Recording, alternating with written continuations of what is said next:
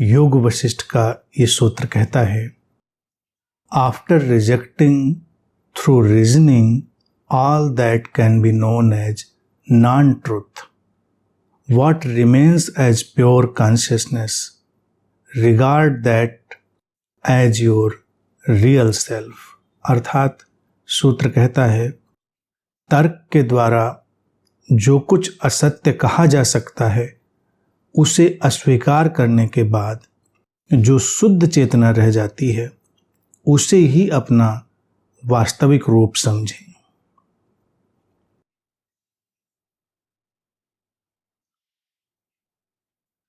तर्क के द्वारा जो नॉन ट्रूथ है, असत्य है, उसको पूरी तरह रिजेक्ट कर देने के बाद, अस्वीकार कर देने के बाद जो बचता है वही विशुद्ध चेतना है, वही विशुद्ध हमारा होना है। सूत्र कहता है उसे ही अपना होना जानो। बात कई बार बड़ी सरल होती है, लेकिन हम जब नहीं समझना चाहते या नहीं समझते हैं या हम कहीं दूर तलाश रहे होते हैं तो वो जटिल हो जाती है। लोगों की समस्या ऐसी होती है कि वो हमेशा सत्यों को, गहराइयों को, सौंदर्य को, जीवन की गहनतम अनुभूतियों को अपने से कहीं दूर तलाश रहे होते हैं। और यही कारण रहा कि किसी को अगर आध्यात्मिक खोज की भावना पकड़ ले तो कोई हिमालय भाग रहा है, तो कोई जंगल भाग रहा है, तो कोई कहीं तो कोई कहीं। ये भागना क्यों? मूल बात है ठहरना। तर्क हमको एक बहुत ही अच्छा उपकरण अस्तित्व ने दिया। मानवीय चेतना के विकास में, सभ्यता के विकास में इस तर्क की ही सारी भूमिका और योगदान है। हम तर्क कर पाते हैं, इसीलिए हम जीवन को विस्तार दे पाते हैं। तर्क के माध्यम से ही हम सही गलत समझ पाते हैं, नई संभावनाओं को तलाश पाते हैं और जीवन को निरंतर विकसित होने देते हैं। तर्क बहुत सुंदर चीज है, तर्क बुरा नहीं है, लेकिन अगर धार्मिक लोगों के बात जो हैं उनको सुनो, धार्मिक लोगों की बातों को, तो वो अक्सर ये कहते पाए जाएंगे कि तर्क नहीं, तर्क मत करो, ये श्रद्धा की बात है, ये आस्था की बात है, ये तर्क की बात नहीं है। और योग वशिष्ठ का ये सूत्र ऐसी सारी श्रद्धा, आस्था को हमसे दूर हटा देने के लिए है। वो कहता है वो आस्था या श्रद्धा काम की ही क्या, जो तर्क के माध्यम से अस्थिर हो जाए, समाप्त हो जाए। तर्क जिस किसी भी बात को असत्य बना सकता है उसको देखो, जानो, और फिर एक बिंदु आएगा जहां पर तर्क नहीं चलेगा। वो आधार है, वही चेतना है। अब दूर ना जाकर इसको अगर हम बहुत निकटता से देखें तो कितना सरल है। हम ईश्वर है नहीं है इस पर तर्क वितर्क कर सकते हैं, आत्मा है नहीं है इस पर तर्क वितर्क कर सकते हैं, ये सिद्धांत सही है या वो सिद्धांत सही है, ये अवधारणा सही है या वो अवधारणा सही है। इस सब पर हम पक्ष विपक्ष में सारे तर्क दे सकते हैं। और तर्कों की खूबसूरती और तर्कों की खतरनाक स्थिति हमेशा यही जाने कि जब पक्ष में तर्क दिया जा सकता है तो विपक्ष में भी तर्क दिया जा सकता है। तर्क के टूल से, रीजन के जो उपकरण है, उसके माध्यम से ऐसा कभी संभव नहीं हो सकता कि हम तर्क से कोई बात सिद्ध कर दें। तर्क से हम उसको बस रोक सकते हैं, लेकिन जो भी बुद्धिमान व्यक्ति होगा वो उसे विपरीत तर्क भी ढूंढ लेगा। इसीलिए सारे धर्म, संगठित धर्म, संप्रदाय कोशिश क्या करते हैं, क्लोज्ड रीजनिंग, क्लोज्ड स्टेटमेंट्स, बंद तर्क और बंद भाषा का उपयोग करते हो। कहते बस यही है, अब इस पर तर्क मत करो, बस मान लो।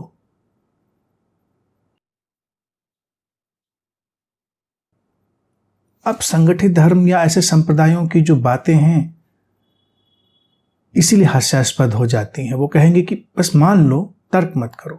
और योग वशिष्ठ का सूत्र कहता है तर्क करो, और तर्क के द्वारा हर चीज जो असत्य सिद्ध हो सकती है उसको सिद्ध कर दो, फिर कुछ बचेगा। और बचेगा क्या? कितना सुंदर है, हमारा होना, मैं हूं। इसको कभी इनकार नहीं किया जा सकता, हमारे होने को। हमारी जो प्रेजेंस है, हमारी जो उपस्थिति है, इसको इनकार नहीं किया जा सकता किसी भी तर्क के माध्यम से, क्योंकि हम हैं तो तर्क हैं, तो पक्ष के तर्क हैं तो विपक्ष के तर्क हैं।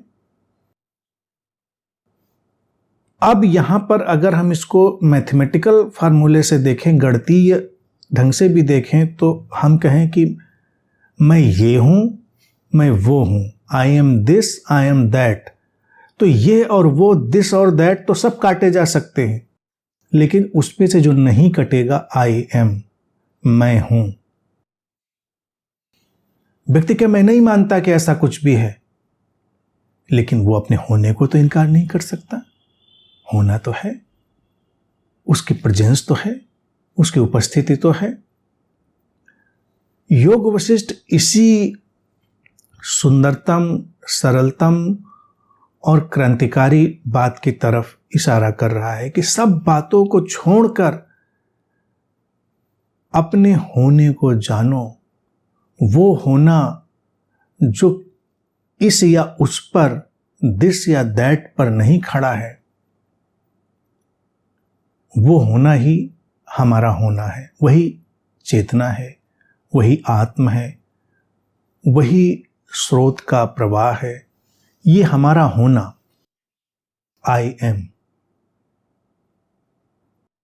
कुछ मत तलाशो, मंदिर, मस्जिद, गिरजा, ये किताब, वो किताब, ये गुफा, कंदरा, जंगल, कुछ नहीं तलाशना है। सबको तर्क के द्वारा हम सिद्ध या सिद्ध कर सकते हैं। कोई भी पुस्तक रही हो, आज बन रही हो, कल बनी हो, आगे बनेगी, उसमें कोई भी अवधारणा प्रस्तुत करी जाएगी, वो अवधारणा निश्चित तर्कों पर खड़ी होगी।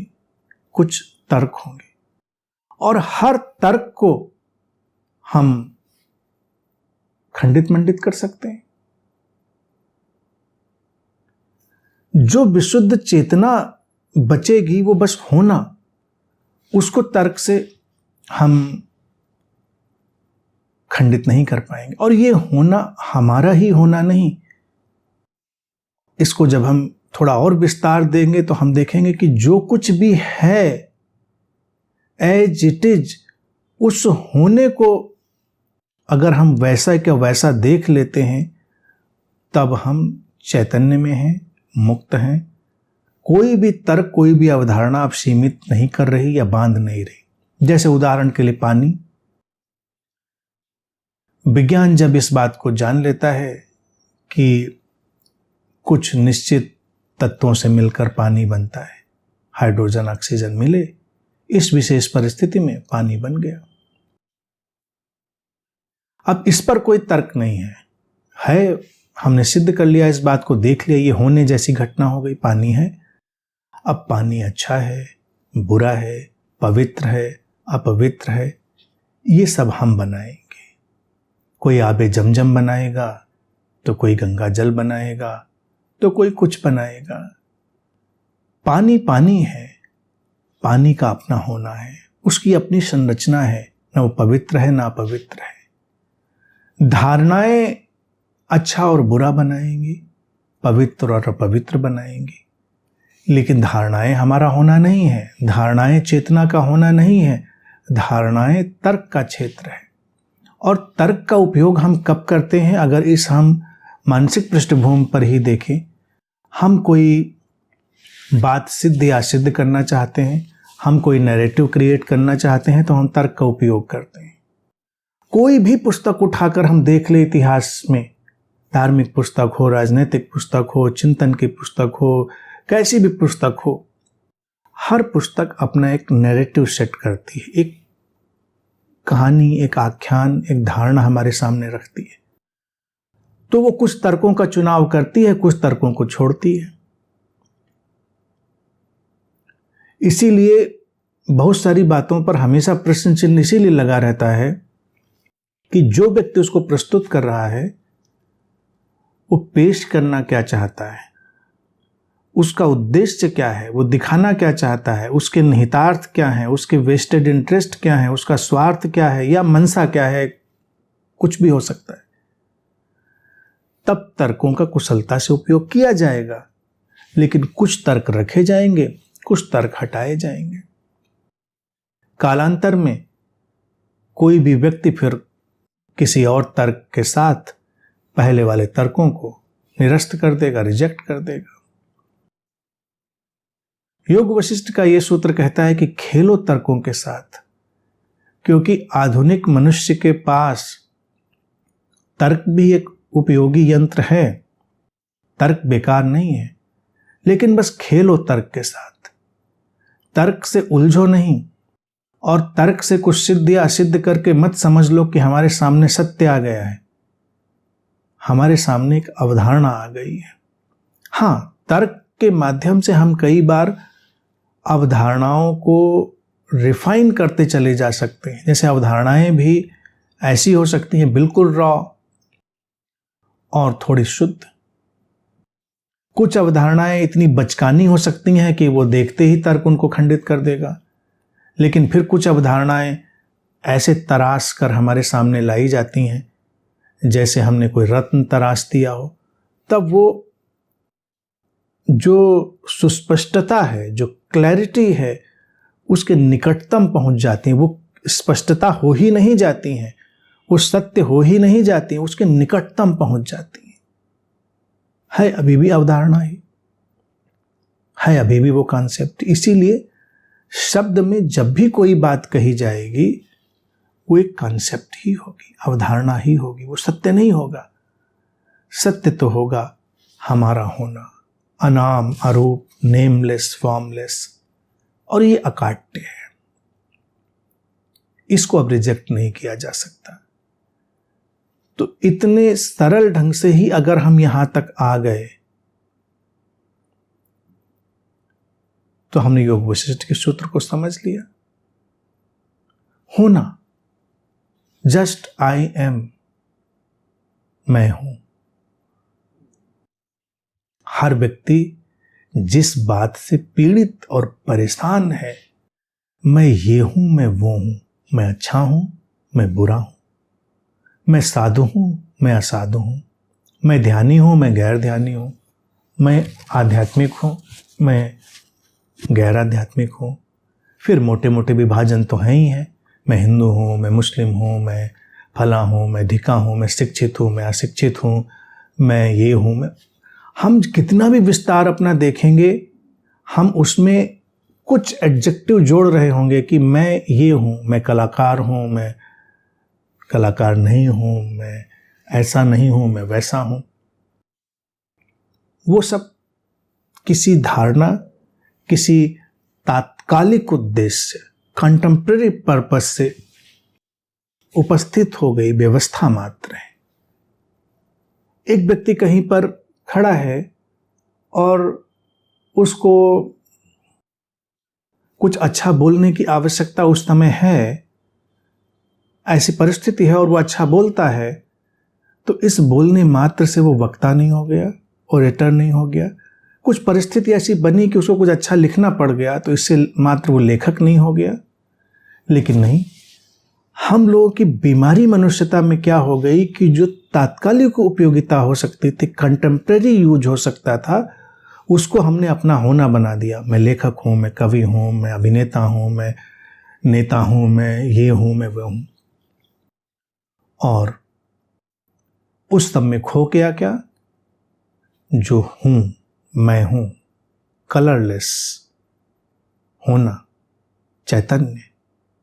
अब इस अस्थाई, काल्पनिक, कंटेम्प्रेरी यूटिलिटी के तात्कालिक उपयोगिता वाले होने को जब हम अपने ऊपर डालते हैं तो हम तनाव में आ जाते हैं, हम बोझिल हो जाते हैं, सब गड्ढमड्ढ हो जाता है। हर व्यक्ति इसीलिए बोझिल है क्योंकि वो कुछ होना चाह रहा है या कुछ हो गया है। योग वशिष्ठ का सूत्र कहता है कुछ नहीं बस हो। फिर परिस्थितियां ढलती चली जाती हैं, फिर तमाम प्रतिबिंब बनते चले जाते हैं, जैसी आवश्यकता होती है वैसी चीजें घटती चली जाती हैं। हम जीवन के प्रवाह में उनको घटता हुआ देखते हैं और उनसे तटस्थ आगे चलते चले जाते हैं। वही है हमारा विशुद्ध होना। तो ध्यान अध्यात्म की अगर सारी बात को हम एक निचोड़ के रूप में, सार के रूप में देखें तो इस सूत्र उसी को कह रहा है कि बस उस बात पे ठहर जाओ जिसको किसी भी तर्क से काटा नहीं जा सकता, और वो है हमारा होना। इसको हम रिजेक्ट नहीं कर सकते क्योंकि हम तो हैं तो ये एक्सेप्टेंस और रिजेक्शन सब चलेगा, स्वीकार अस्वीकार है ही नहीं तो क्या स्वीकार और क्या अस्वीकार है। अब इस होने में तमाम रंग लिपटेंगे हमारे ऊपर, तमाम परिस्थितियों के ढंग हमारे ऊपर लिपटेंगे। हम कुछ जीवन में रचेंगे, कुछ करेंगे, बहुत कुछ हमारे माध्यम से होगा। वो सब होता चला जाएगा। वो उस चैतन्य का विस्तार है। हम उसको फिर इस दृष्टि से देखेंगे कि अस्तित्व, वो विराट चैतन्य, वो स्रोत ऐसा ही इस होने से अभिव्यक्ति देना चाह रहा है, इस होने से ऐसी अभिव्यक्ति होना चाह रही, तो ऐसी अभिव्यक्ति हो रही है। उसमें कोई अटकाव भटकाव रुकावट कुछ नहीं है। Simple pure being. ये टोटल कल्टलेस टीचिंग है, टोटल कल्टलेस अप्रोच है। व्यक्ति को इस विशुद्ध होने में आने के उपरांत ही समाधान और शांति मिलने वाली। इसीलिए सारे धर्म, विचारक, राजनीतिक व्यक्ति के सही अर्थों में धार्मिक होने से घबराते हैं, क्योंकि सही अर्थ में जिस दिन व्यक्ति धार्मिक होता है तो ये अवधारणाओं से बंधे हुए धर्म, किताबें, परंपराएं, मान्यताएं सब विदा हो जाती हैं। उनकी फिर कोई जरूरत नहीं रह जाती। होना पर्याप्त है। व्यक्ति संघर्ष में नहीं पड़ता इस या उस होने के। जैसे अगर हम देखें इसी होने को दूसरे उदाहरण में, अगर हम बड़े सरल ढंग से देखें, बचपन से लेकर आज उम्र के जिस मुकाम पर भी हम खड़े हैं, हमारे इस होने के ऊपर हमारे शरीर, मन, अनुभव, वृत्तियों के बदलाव की एक बड़ी धारा बहती चली गई है, लेकिन हम किसी में नहीं अटके। हम आज बिल्कुल मुक्त खड़े हैं यहां पर, क्योंकि ये हमारा होना, ये बीइंग, ये मैं हूं, आई एम, ये इटर्नल फ्री है। लेकिन कोई चाहे तो अपनी धारणा, कल्पना में कहीं भी बंध सकता है, किसी भी पड़ाव पर अटक सकता है। इस बिंदु पर जो समझ उद्घाटित होती है उसमें न कोई मुक्ति है न मोक्ष है, क्योंकि वो तो सतत है, कहीं से लाया थोड़ा ही जाता। हम ठहरे नहीं अपने होने में, हम मुक्ति में हैं, हम मोक्ष में हैं।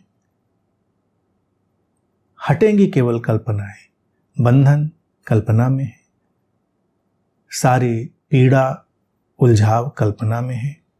और ये मैं हूं के फिल इन द ब्लैंक, उस खालीपन को भरने में जो हम अपनी कवायद कर लेते हैं उसके कारण है। अस्तित्व जब उसको भरता है तो अस्तित्व उसको कोई रंग नहीं देता। जंगल में एक शेर निकला शिकार के लिए, कभी देखिए किसी ऐसे टीवी चैनल पर, क्योंकि सामने आमने देखने का तो मौका नहीं मिलेगा, बड़ा मुश्किल है, रेयर है, खतरनाक भी है।